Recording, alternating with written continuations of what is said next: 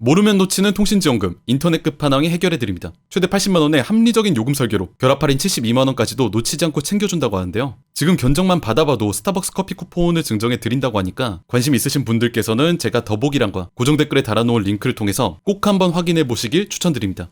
야, 이건 내가 뭐 전술 얘기를 해야 되는데, 일단 이번 북런던 더비 토트넘이 아스날에게 4대1로 패배를 하면서 굉장히 좀 큰 점수차로 패배를 하게 됐는데, 이러면은 토트넘이 웨스트햄 강등권이랑 4점 차가 나거든요. 그리고 이건 제 개인적인 생각인데, 그 강등권 사이에 있는 팀들, 뭐 여기서 얘기하는 웨스트햄, 그 위에 있는 노팅엄, 이 팀들의 경기력을 봤을 때 전 이 두 팀이 지금 토트넘이랑 싸우면 질까? 경기력적인 측면에서 봤을 때 이런 느낌은 사실 안 들거든요. 웨스트햄도 그렇고 노팅엄도 그렇고 뭔가 경기력이 좀 바뀌는 느낌이 들어요. 최근 들어가면서. 솔직히 이 라인에서 제일 불안한 건 토트넘이야. 내 생각에. 다들 아시겠지만 지금 토트넘이 2026년 들어서, 즉 새해 들어서 아직까지 리그 승리가 없습니다. 리그 마지막 승리가 12월에 있었던 팰리스전이 마지막이에요. 2026년 들어서 아직도 승리가 없는데 이거는 분위기를 좀 빨리 반전을 좀 시켜야 될 것 같다. 일단 오늘 경기는 제가 아무래도 토트넘이 투도르, 이 임시감독이 부임을 하면서 첫 경기잖아요.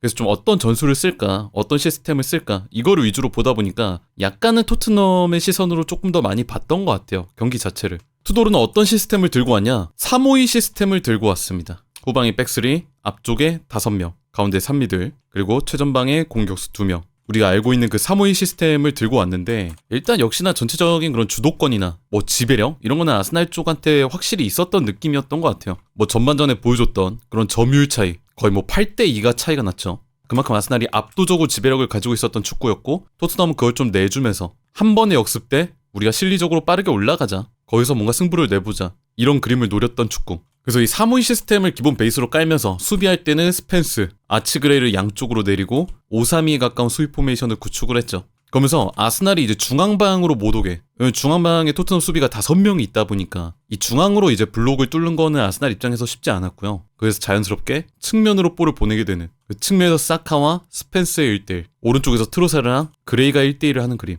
이런 게 좀 많이 나왔던 경기였다. 제가 개인적으로 좀 궁금했던 거는 토트넘이 수비적으로 나올 거는 워낙 또 예상이 됐는데 라인을 계속 내리고 있을 것이냐, 아니면은 부분적으로 좀 라인을 끌어올려서 우리가 알고 있던 그런 투도르의 특징들이 있잖아요. 상대에 대한 그런 강한 압박들, 이런 것들을 지금 토트넘에서 첫 경기부터 좀 보여줄 것이냐, 이것도 좀 궁금했거든요. 근데 경기를 보니까 투도르가 그런 거를 주문을 했던 게 첫 경기지만 눈에 보였던 것 같아요. 뭐 시몬스, 무하니, 뭐 아츠그레이, 갤러거, 비수마, 뭐 사르랑 스펜스도 부분적으로 올라가서 상당히 라인을 분명 높게 잡고 있는 그림들이 전반전부터 쭉 있었죠. 근데 이렇게 토트넘이 압박을 걸었을 때, 무게중심을 좀 위에 높게 잡아놨을 때, 이때 요케레스를 향한 아스날의 롱패스, 여기에서 계속 유의미한 장면들이 나왔다는 거. 물론 이거를 드라구신이 좀 막아줬던 거, 전반전까지는 이런 것도 있긴 했지만 여기서도 뭔가 변수가 계속 나왔다는 거. 그런 점에서 뭔가 이런 압박, 라인을 높게 가져가는 거, 이런 거가 뭐 체계적으로 준비됐다라는 느낌은 안 들었던 것 같아요. 감독이 시키니까 한다, 이런 느낌. 그리고 뭐 수비적인 것뿐만 아니라 공격적인 부분에서 좀 얘기할 게 있는데, 이 3-5-2 체제가 뭐 후방에 백스리 놓고 윙백 2명 놓고 3미들 채워놓고 그 대신에 앞쪽에 공격수가 2명이지 않습니까?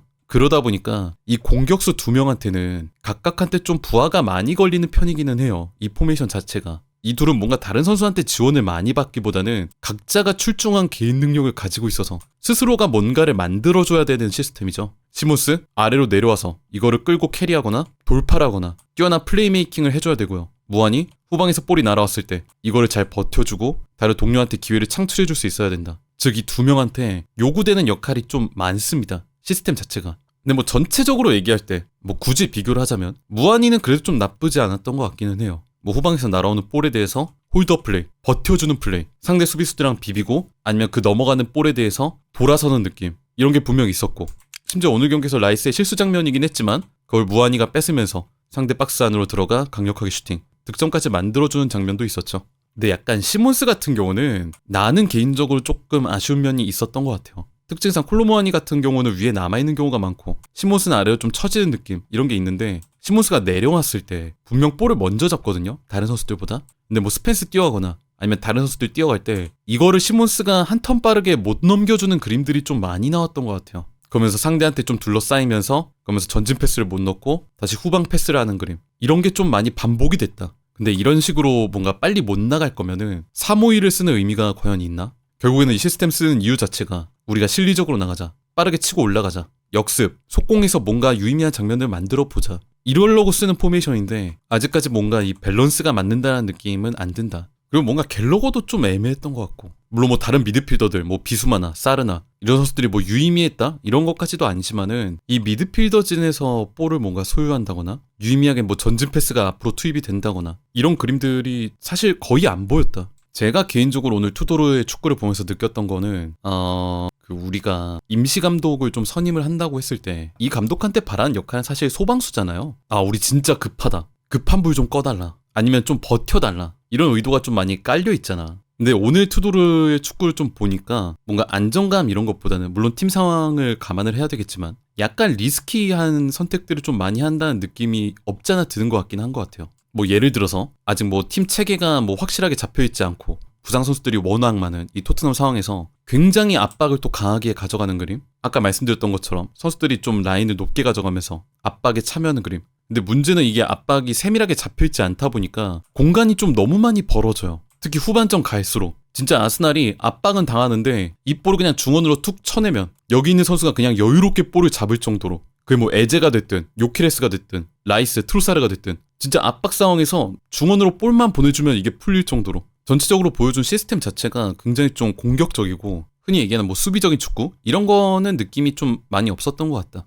근데 다만 그 감독이 생각하는 그 아이디어 있잖아요. 뭐 압박하고 거기서 이어지는 빠른 템포의 공격, 아니면 뭐 3-5-1을 쓰든 3-4-3을 쓰든 앞선 상황에서 보여주는 그런 템포, 이런 것들이 지금 토트넘에 있는 자원들이 막 쉽게 소화할 수는 없을 것 같다라는 생각. 지금 단계에서는 워낙에 또 첫 경기다 보니까 나는 오늘 선발 명단 보면서 진짜 너무 놀랐던 게 어떻게 벤치에 어린 선수들만 저렇게 많냐. 다 부상이야. 좀 심한 것 같긴 해요. 지금 토트넘 부상자 명단으로 다른 뭐 베스트 11을 짤 수 있다, 이런 얘기가 나온다는 것 자체가 팀 상황이 너무 심각하다. 다들 아시겠지만 근데 부상이 이렇게 많으면은 감독이 할 수 있는 게 정말 없기는 해요. 감독한테 너무 가혹한 환경이긴 해. 이거를 딱 잡았을 때 야 아스날한테 4대1로 지냐, 투도르 이거 안 되겠다, 얘도 뻔하구나, 이렇게 얘기하는 거는 제가 볼 땐 너무 가혹하고, 다만 전체적으로 시스템으로 봤을 때 그 리스키한 선택을 좀 줄여야 될 것 같다. 왜냐면 팀 상황이 그렇게나 불안정하니까 감독의 시스템까지도 리스키하게 가져가면 안 될 것 같기는 합니다. 임시 감독을 되게 많이 한 감독이잖아요, 투도르가. 지금 이 감독이 원하는 축구가 저는 뭔지 대충 알 것 같거든요.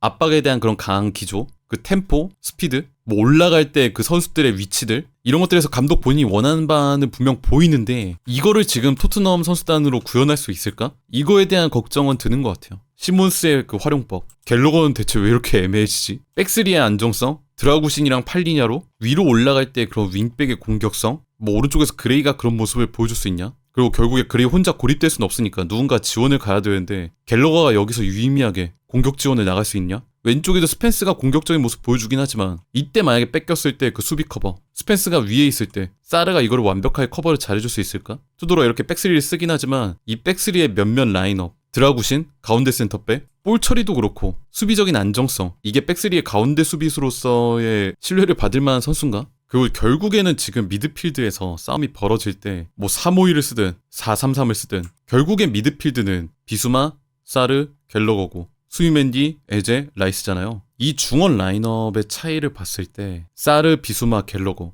에제, 라이스, 수비맨디, 냉정하게 얘기해서 토트넘이 이길 수가 있을까? 중원 싸움을 한다고 했을 때 저는 오늘 경기 같은 경우는 뭐 감독의 시스템 잘못이다? 그 시스템 잘못이 뭐 얼마나 될까라는 생각은 드는 것 같아요. 뭐 첫 경기인데 오자마자 심지어 임시 감독이고, 내 개인적인 생각으로는 그러니까 지금 뛰고 있는 피치 위에서 뛰고 있는 선수들의 퀄리티가 좀 차이가 많이 난다, 이런 느낌이 많이 드는 것 같아요.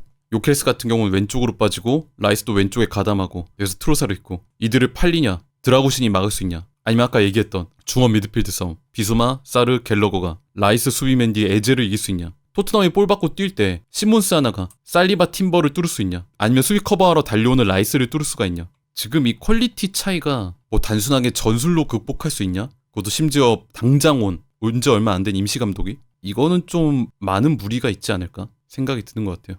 그래도 전반전까지는 드라구신은 좀 괜찮았던 것 같은데, 뭐 후방으로 넘어오는 볼들, 아니면 뭐 직접한 전진 돌파, 이런 것들도 잘 막았고, 박스 안에서 또 견고하게 버티는 장면들도 있었고, 요키엘스랑 수비 경합할 때도 괜찮았고, 전반전까지는 괜찮았는데, 아니 후반전으로 가면 갈수록 뭔가 그런 볼 처리에 대한 부분들, 심지어 드라구신이 그런 볼 처리가 미숙해서 헤더로 그런 걷어낸다는 게 애매하게 흘러가고, 이게 아스날한테 돌아가면서 그대로 득점을 내주는 이런 장면들도 후반에 나왔다는 거. 뭐 갤러거? 전반전에도 진짜 안 보였는데 뭐 경기 내내 전체적으로 봐도 이 선수가 볼이 왔을 때 그대로 아스날 수비진들한테 미드필더진한테 둘러싸이면서 그대로 볼을 뺏기는 부분들.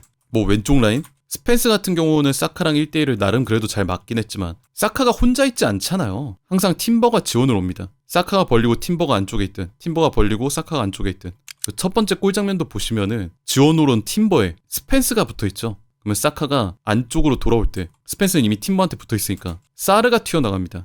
근데 사카가 사르를 녹이면서 가운데로 컷백, 이거를 에제가 득점으로 이어지게 만드는 이런 그림들.